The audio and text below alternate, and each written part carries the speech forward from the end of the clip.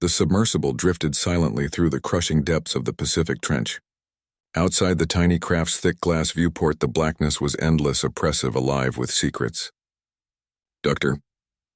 Elena Hayes gripped the controls with white-knuckled determination, her heart pounding as the sonar pinged again. The mysterious anomaly lay just ahead, its faint signal rippling through the instruments. For decades, the trench had been a graveyard of unanswered questions, a place of shadow and cold. Scientists had mapped its topography, cataloged its pressure-resistant creatures, and theorized its mysteries. But nothing could have prepared her for this. The sub's headlights cut through the void like blades, revealing jagged rock formations and the occasional drifting jellyfish that pulsed with ghostly light. She had seen wonders in her career, rare bioluminescent creatures, volcanic vents spewing molten fire into the sea. But this was something else. The anomaly was no natural formation. Its lines were too perfect, its geometry too deliberate. The object seemed to hum at the edge of perception, its faint bioluminescent glow pulsing in a rhythm that made Elena's skin crawl. It was like a heartbeat. She inched the submersible closer, her breath fogging the viewport as her eyes darted between the structure and her instruments. The object was crystalline, its surface carved with intricate patterns that shifted and twisted the longer she stared at them. Her scanner beeped furiously, its readings unlike anything she had seen before. "Elena," crackled a voice through her headset, bringing her back to the moment. It was Samir, her colleague and mission specialist, back on the surface. "We're getting your feed. What the hell is that thing?" "I don't know," she whispered, her voice trembling. "It's alive." The scanner pinged again. Her heart nearly stopped. DNA signals. Complex, layered, and utterly alien. The data streamed across her console, revealing sequences so intricate they made human genetics look primitive. Her mind raced with possibilities. This wasn't just a biological oddity. It was a message encoded in life itself. Elena activated the robotic arm, its claw moving cautiously toward the artifact.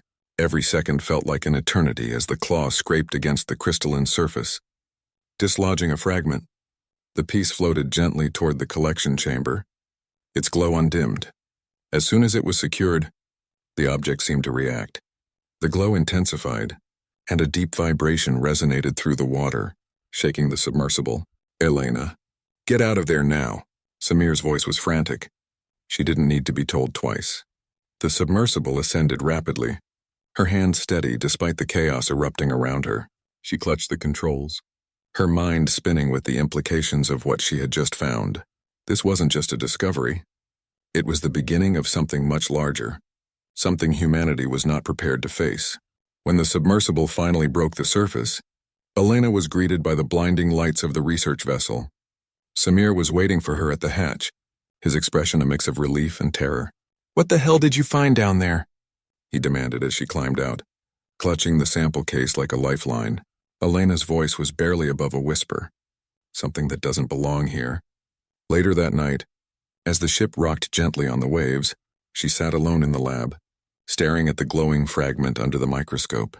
It pulsed faintly, almost as if it were breathing. Her fingers hovered over the keyboard, hesitating before typing the words that would change everything. DNA alien in origin, source unknown, implications catastrophic. She didn't sleep that night. She couldn't. The artifact had awakened something in her, a feeling she couldn't shake. It wasn't just a groundbreaking discovery. It was a warning, and the oceans held far more secrets than humanity had ever dared to imagine.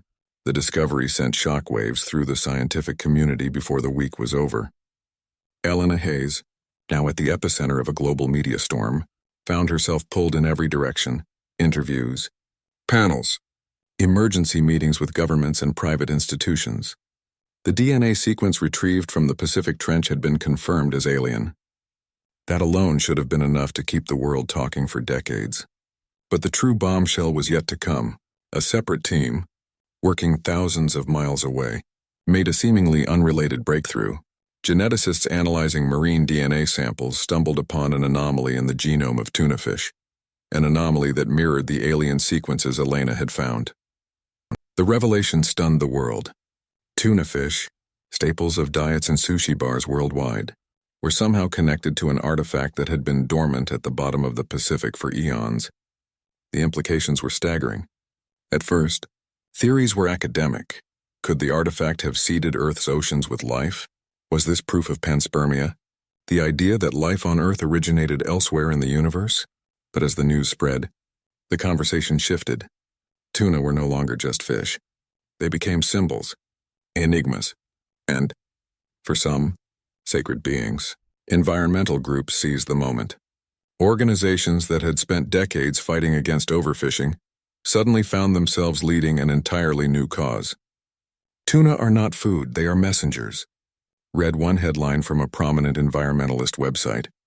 Protests erupted at fisheries and harbors across the globe, with activists chaining themselves to boats and demanding an immediate end to tuna fishing.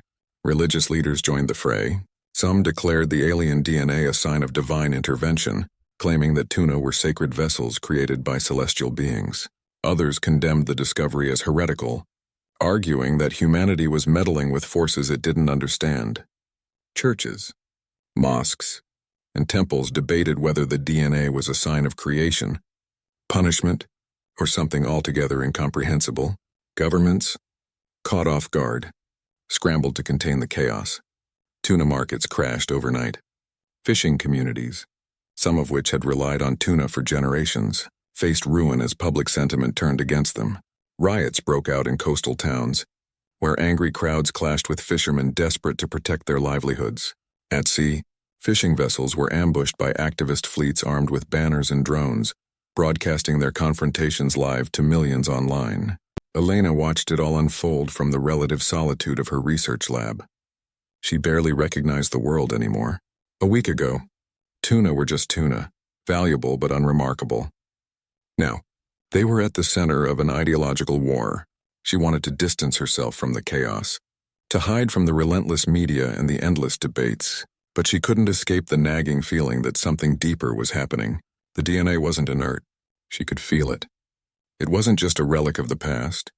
It was active, alive, waiting for something. Her fears grew as reports began to filter in from the oceans. Fishermen in the Atlantic described strange behavior among tuna populations. Schools of fish, previously scattered and unpredictable, were now moving in synchronized patterns, as though guided by an unseen force.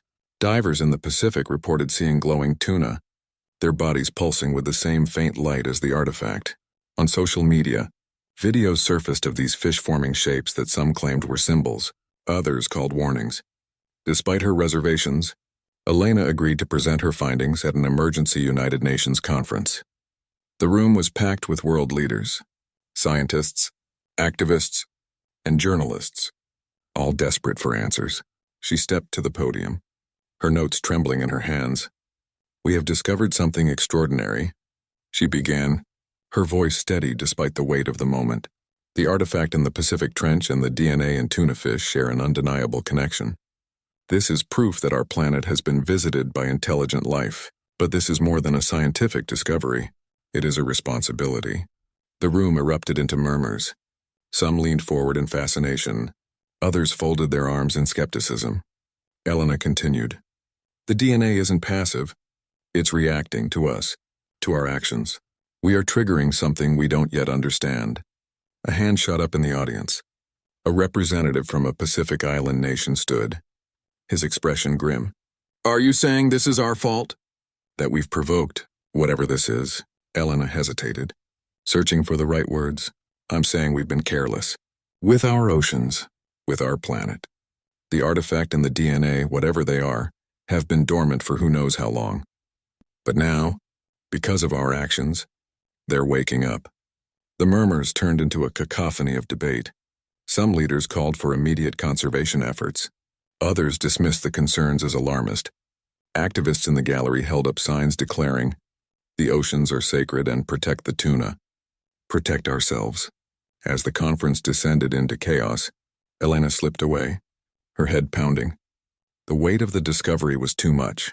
She returned to her lab, the only place where she felt any sense of control.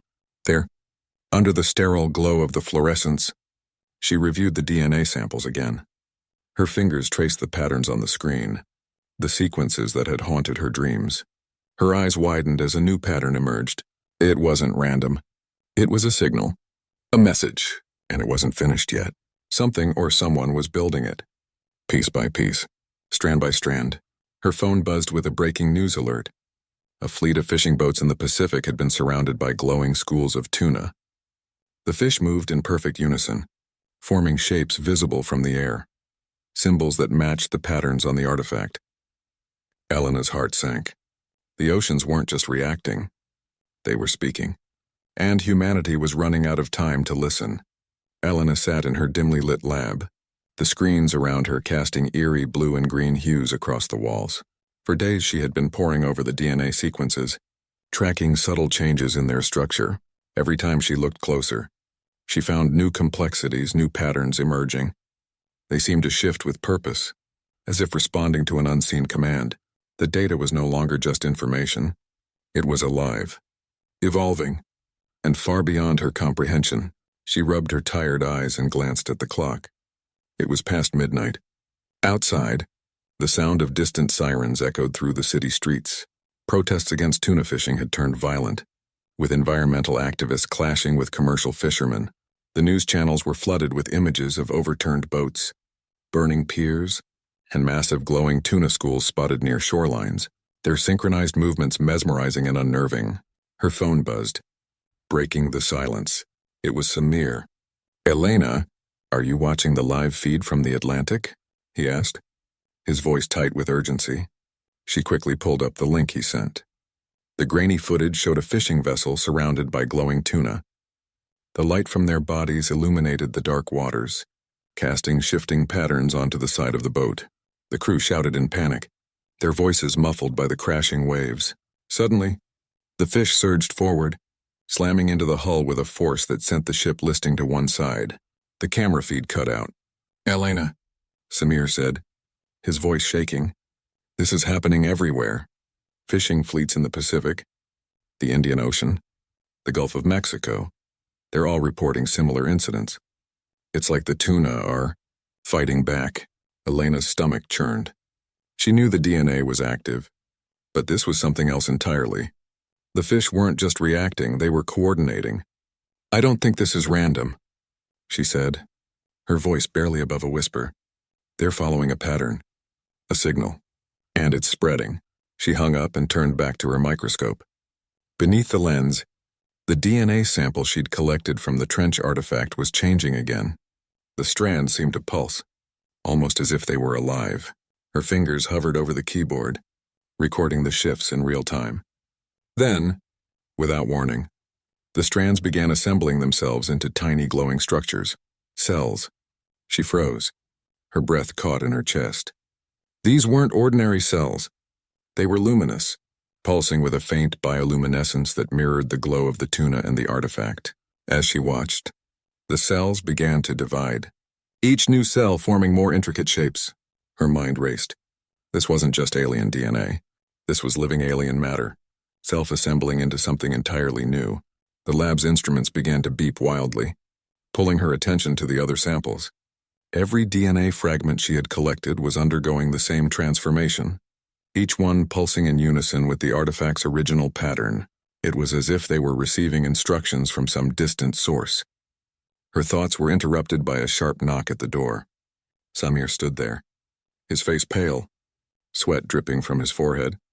"You need to see this," he said, pulling her toward the main conference room. Inside, a wall of monitors displayed live feeds from around the world. Coastal towns were reporting massive gatherings of marine life, tuna, dolphins, whales, even sharks, all moving in coordinated patterns. The ocean seemed alive in a way no one had ever seen before.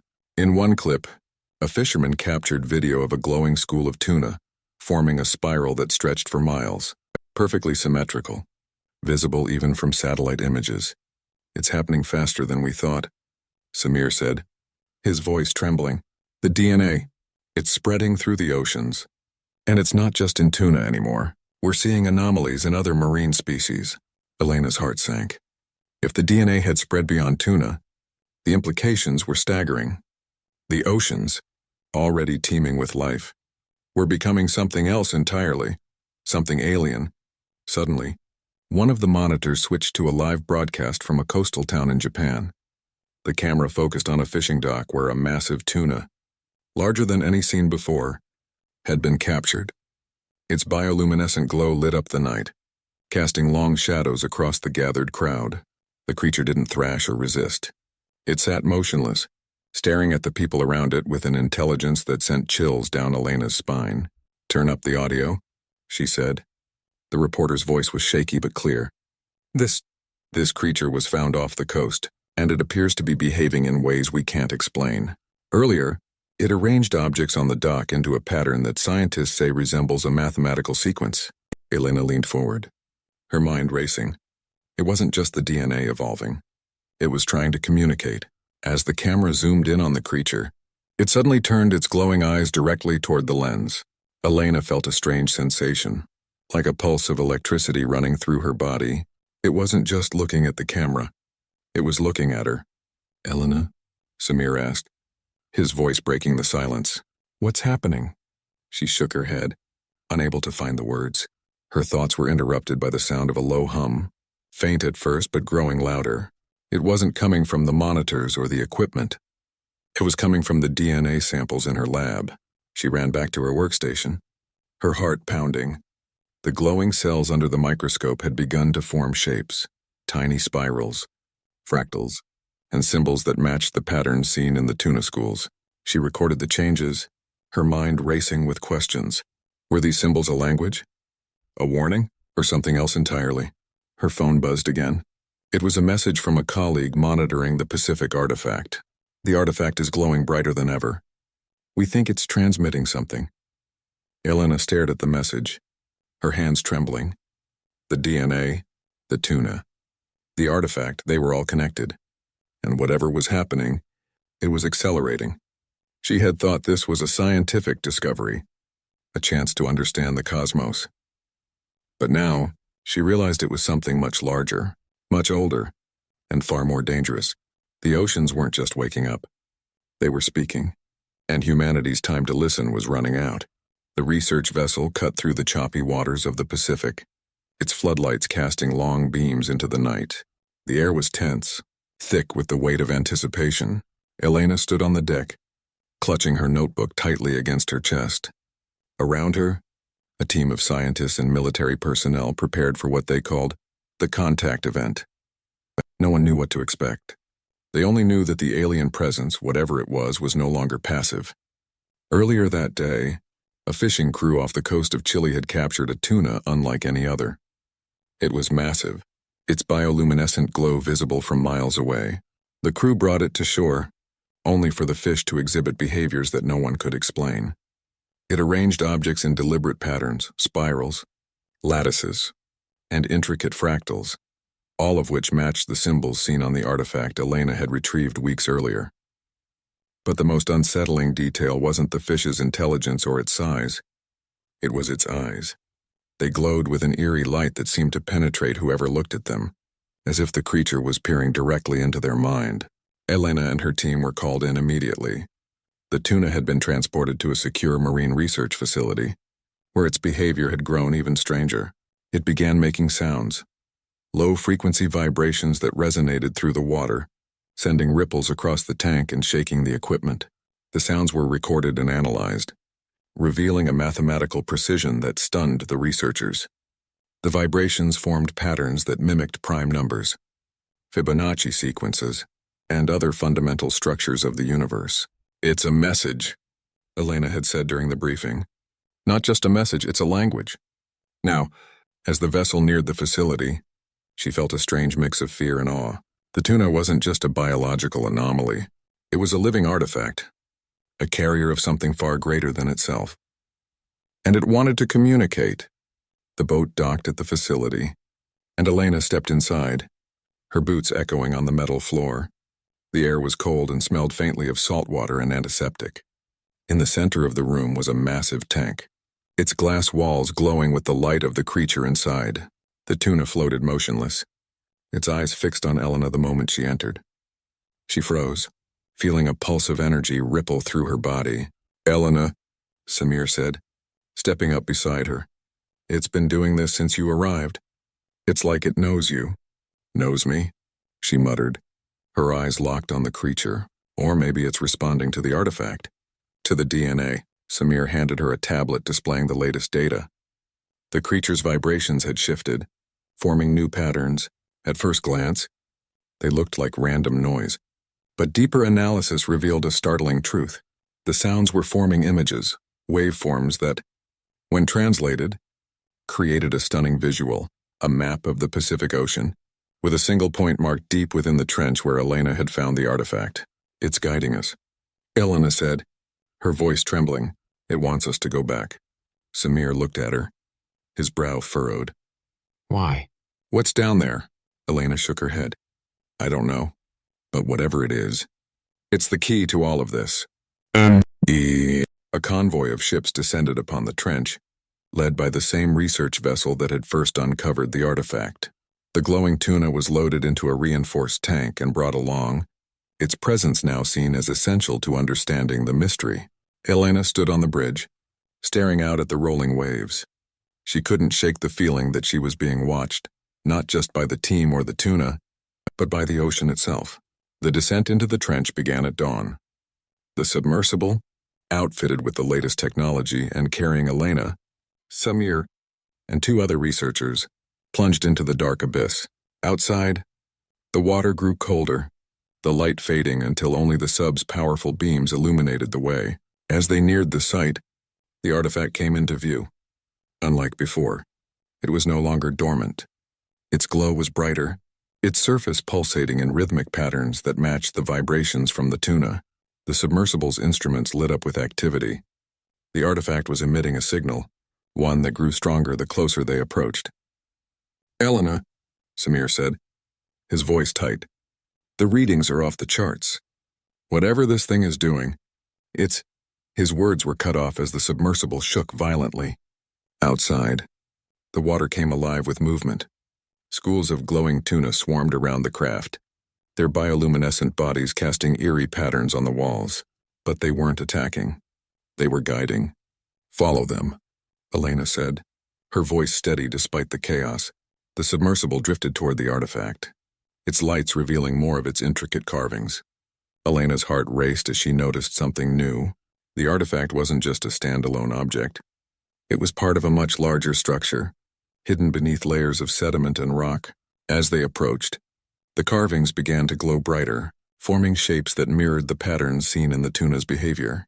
The creature in the tank back on the surface began to react, its vibrations growing louder, more urgent. The signal it emitted synchronized perfectly with the artifact's pulsations. Elena realized with a start that the Tuna wasn't just communicating. It was unlocking something. Elena, look, Samir said, pointing at the monitor. The artifact's glow intensified, and the carvings began to shift, rearranging themselves into a massive, spiraling structure. The submersible shook again, and a deep, resonant hum filled the water. It wasn't random. It was a voice, vast and ancient, speaking not in words but in sensations, emotions, images, and overwhelming awe. Elena closed her eyes as the message flooded her mind. She saw distant stars, swirling galaxies, and a planet covered in oceans. She felt the anguish of loss, the desperation of a civilization scattered across the cosmos, and the faint flicker of hope that had been left behind in Earth's waters. When she opened her eyes, the artifact had gone silent. The glow faded, leaving only the faint pulse of the Tuna schools surrounding them. What did it say? Samir asked, his voice trembling. Elena's voice was barely a whisper. It wasn't just a message. It was a warning. And a test. The ocean, vast and ancient, had been entrusted with something far greater than humanity had ever imagined. And now, it was watching to see if they were worthy of it. The sky above the Pacific turned an unnatural shade of green, the color shimmering as if the heavens themselves were rippling with the same alien energy that pulsed through the oceans. Coastal cities watched in fear as strange electrical storms brewed over the water, lightning arcing in mesmerizing but chaotic patterns. The world had seen the signs, but no one was prepared for what was coming. Elena stood aboard the research vessel, now surrounded by an uneasy flotilla of military ships and scientific expeditions. The artifact's awakening had triggered a cascade of global phenomena, rising tides, synchronized marine migrations, and a chilling new development: ships disappearing without a trace. Fishermen's vessels, cargo freighters, even military submarines simply vanished when they ventured too close to glowing schools of alien-altered tuna. The oceans were changing, reclaiming themselves, and humanity had no idea how to stop it. Elena gripped the railing as waves rocked the vessel. She couldn't take her eyes off the horizon, where the strange green light danced. In the days since their descent to the trench, the artifact's influence had spread like wildfire. The message it had transmitted was clear to her, though many others refused to believe it. The oceans were alive, interconnected, and acting as one.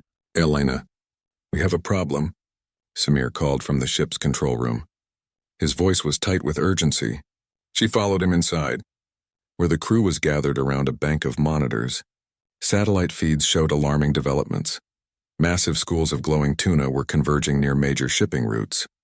The fish moved in perfect unison, forming patterns so precise they could only be described as geometric art on a scale no human had ever witnessed. But these displays weren't just mesmerizing, they were warnings. The moment ships entered the glowing zones, they disappeared. "It's not just tuna anymore," Samir said, gesturing to another feed. "We're seeing similar behavior in dolphins, sharks, even whales. It's like the entire marine ecosystem is under the artifact's control." Elena stared at the screens, her heart pounding. "It's not control. It's unity. The artifact is using the DNA to connect everything in the oceans. They're working together, acting as one organism." Samir ran a hand through his hair, frustration etched on his face. "But why? To what end?" "To stop us," Elena said. The weight of the realization hit her like a wave. The artifact was a safeguard, left here by an ancient civilization. They knew the oceans were the cradle of life, so they made sure it would defend itself if threatened. The room fell silent. The implications were staggering. Humanity's exploitation of the seas, overfishing, pollution, destruction of ecosystems, had triggered something ancient and far beyond human understanding. A sudden alert pierced the air. One of the ship's sonar systems had detected a massive object rising from the trench. Elena and the crew rushed to the deck, scanning the dark waters. Moments later, a colossal shape broke the surface, a structure of bioluminescent crystal, towering above the waves. It pulsed with the same eerie glow as the artifact, its light illuminating the stunned faces of everyone on board. It's alive," Samir whispered. The structure hummed, emitting a deep, resonant sound that seemed to vibrate through Elena's bones. It wasn't just a sound, it was a command, reverberating through the water and into the minds of everyone who heard it. The tuna schools responded immediately, converging around the structure in perfect spirals. Other marine life followed, creating an awe-inspiring but terrifying display of unity. Elena felt a familiar presence in her mind, the same overwhelming force she had felt during her descent to the trench. Images flooded her consciousness, ancient oceans teeming with life, celestial ships descending to Earth, and the creation of the artifact as a final act of hope. The message was clear. "This is it," Elena said, her voice steady despite the chaos around her. "We have one chance to prove we can coexist with this planet. If we fail, the oceans will reclaim everything." The military presence surrounding the research vessel bristled with tension. Orders were being shouted over radios as ships armed with advanced weaponry prepared to strike. Elena rushed to the communications center, demanding to speak to the fleet commander. "You can't attack," she shouted into the microphone. "The artifact isn't hostile, it's reacting to us. If we escalate, it will retaliate, and we'll lose everything." The commander's voice crackled back, calm but firm. "Dr. Hayes, we can't risk letting this thing continue. It's already destabilizing ecosystems and global trade. We have to neutralize it." Elena slammed her fist on the console. "You don't understand. It's protecting the oceans. If you attack, you'll be fighting the planet itself." She turned to Samir, desperation in her eyes. "We need to shut it down, but not with force. We need to communicate." "How?" Samir asked. "We don't even know what it wants." "I think I do," she said, her mind racing. The artifact's signal wasn't just a warning, it was a call for harmony. To shut it down, She needed to prove humanity's willingness to change. I have to offer it a piece of myself. Samir stared at her. What are you talking about? She grabbed a small vial from her workstation, filling it with her blood. The artifact reacts to DNA. If I give it mine, maybe it will recognize that we're willing to coexist, that we're part of this planet. Before anyone could stop her, Elena climbed into the submersible. The crew watched in stunned silence as the craft descended into the depths once more.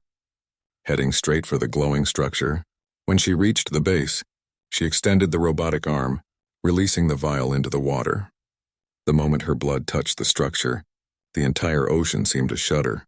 The artifact's glow intensified, and the bioluminescent patterns rippling through the marine life grew brighter, more intricate. For a moment, Elena feared she had made a terrible mistake. But then, the structure began to dim, its glow fading until it was nothing more than a dark silhouette against the deep. The ocean fell silent.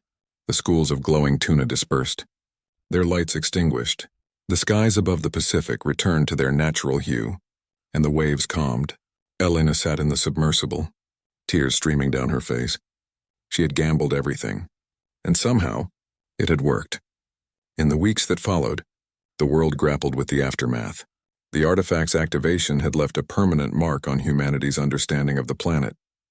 The oceans were declared sanctuaries, protected by international law, fishing practices were overhauled, and environmental preservation became a global priority.